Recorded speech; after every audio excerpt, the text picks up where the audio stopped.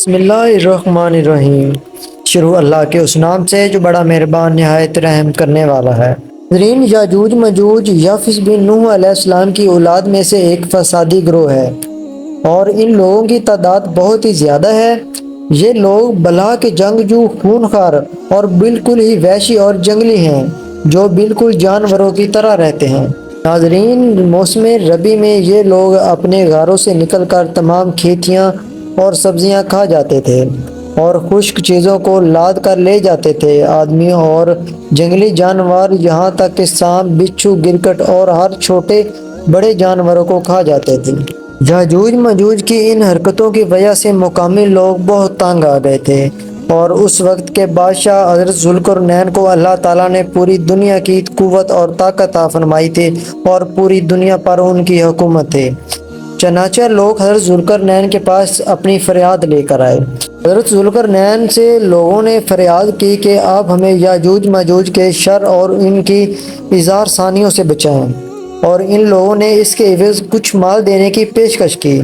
تو حضرت ذوالقرنین نے فرمایا کہ مجھے تمہارے مال کی ضرورت نہیں ہے، اللہ تعالیٰ نے مجھے سب کچھ دیا ہے، بس تم لوگ جسمانی طاقت سے میری مدد کرو۔ چنانچہ آپ نے دونوں پہاڑوں کے درمیان بنیاد کھدوائی۔ جب پانی نکل آیا تو اس پر پگھلائے تانبے کے گارے سے پتھر جماتے گئے اور لوہے کے تختے نیچے اوپر چن کر ان کے درمیان میں لکڑی اور کوئلہ بھر دیا اور اس میں آگ جلوا دی۔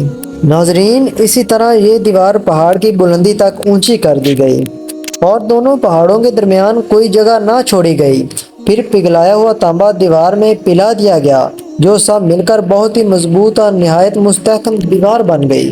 ناظرین، اس دیوار کو سد سکندری بھی کہا جاتا ہے۔ حدیث شریف میں آتا ہے کہ یاجوج ماجوج روزانہ اس دیوار کو توڑتے ہیں اور دن بھر جب محنت کرتے کرتے اس کو توڑنے کے قریب ہو جاتے ہیں تو ان میں سے کوئی کہتا ہے کہ اب چلو باقی کو کل توڑ ڈالیں گے۔ دوسرے دن جب اس دیوار کے ٹوٹنے کا وقت آئے گا تو ان میں سے کہنے والا کہے گا اب چلو انشاءاللہ تعالیٰ کل اس دیوار کو توڑ لیں گے۔ ان لوگوں کے انشاءاللہ کہنے کی برکت سے اور اس کلمہ کا یہ ثمر ہوگا کہ دوسرے دن دیوار ٹوٹ جائے گی۔ یہ قیامت کے قریب ہونے کا وقت ہوگا۔ دیوار ٹوٹنے کے بعد یاجوج ماجوج نکل پڑیں گے اور زمین میں ہر طرف فتنہ، فساد اور قتل و غارت کریں گے۔ چشموں اور تالابوں کا پانی پی ڈالیں گے، جانوروں اور درختوں کو کھا ڈالیں گے، زمین پر ہر جگہ میں پھیل جائیں گے، مگر مکہ مکرمہ اور مدینہ طیبہ، بیت المقدس، ان تینوں شہروں میں یہ داخل نہ ہو سکیں گے۔ پھر حضرت عیسیٰ علیہ السلام کی دعا سے ان لوگوں کی گردنوں میں کیڑے پیدا ہو جائیں گے اور یہ سب ہلاک ہو جائیں گے۔